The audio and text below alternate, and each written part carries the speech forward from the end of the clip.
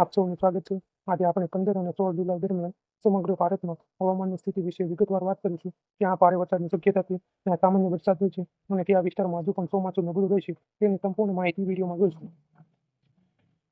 સૌપ્રથમ વાત કરીએ દેશની હાલની ચોમાસાની સ્થિતિ વિશે. હાલ દક્ષિણ પશ્ચિમ ચોમાસું સમગ્ર દેશમાં સક્રિય છે, પરંતુ તેની અસર દરેક રાજ્યમાં સમાન નથી. બંગાળની ખાડી તરફથી મળતું ભેજનું પ્રમાણ વધારે હોવાથી પૂર્વ અને મધ્ય ભારતના વિસ્તારોમાં વરસાદની સારી શક્યતા છે. બીજી તરફ પશ્ચિમ ભારતના કેટલાક ભાગોમાં વરસાદનું પ્રમાણ ઓછું રહી શકે છે. હવે રાજ્યવાર આગાહી જાણીએ તો પૂર્વ ભારત, પશ્ચિમ બંગાળ, ઝારખંડ, ઓડિશા અને બિહારમાં 15 અને 16 જુલાઈ દરમિયાન હળવાથી મધ્યમ વરસાદ સાથે કેટલાક વિસ્તારોમાં ભારે વરસાદ પડી શકે છે. ખાસ કરીને ડુંગરાપટ્ટીના વિસ્તારમાં ગાજવીજ સાથે વરસાદની શક્યતા રહી છે. મધ્ય ભારતની વાત કરીએ તો મધ્યપ્રદેશ, છત્તીસગઢ, વિદર્ભ વિસ્તારોમાં ચોમાસું સક્રિય રહે છે. અનેક સ્થળે મધ્યમ વરસાદ, જ્યારે કેટલાક જિલ્લાઓમાં ભારે વરસાદની સંભાવના છે. નદી નાળાઓમાં પાણીનું સ્તર વધી શકે છે. ઉત્તર ભારતની વાત કરીએ તો ઉત્તરાખંડ, હિમાચલ પ્રદેશ, જમ્મુ કાશ્મીર અને ઉત્તર પ્રદેશના કેટલાક ભાગોમાં વરસાદી માહોલ રહે છે. પહાડી વિસ્તારોમાં ભારે વરસાદને કારણે ભૂસ્ખલન અને અચાનક પાણીનો ભરાવાની શક્યતા હોવાથી પ્રવાસીઓએ સાવચેત રાખવી જરૂરી છે.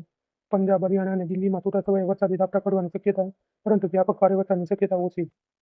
પશ્ચિમ ભારતની વાત કરીએ તો ગુજરાત, રાજસ્થાન, મહારાષ્ટ્ર વરસાદનું વિસ્તરણ અસમાન રહે છે. દક્ષિણ ગુજરાત અને કોકણ વિસ્તારમાં હળવાથી મધ્યમ વરસાદ પડી શકે છે, જ્યારે ઉત્તર ગુજરાત અને રાજસ્થાનના ઘણા વિસ્તારોમાં વરસાદનું પ્રમાણ ઓછું રહી શકે છે.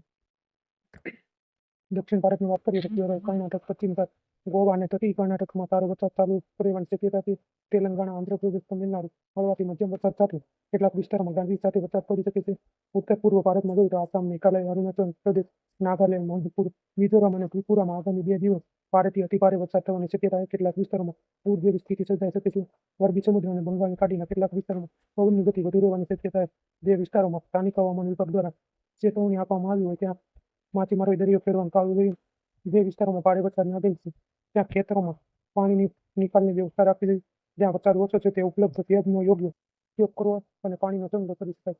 આમ 15 અને 16 જુલાઈ દરમિયાન પૂર્વ, મધ્ય અને ઉત્તર ભારતના અનેક વિસ્તારોમાં સારો વરસાદ રહેવાની શક્યતા, જ્યારે પશ્ચિમ ભારતના કેટલાક ભાગોમાં વરસાદનું પ્રમાણ ઓછું રહી શકે છે.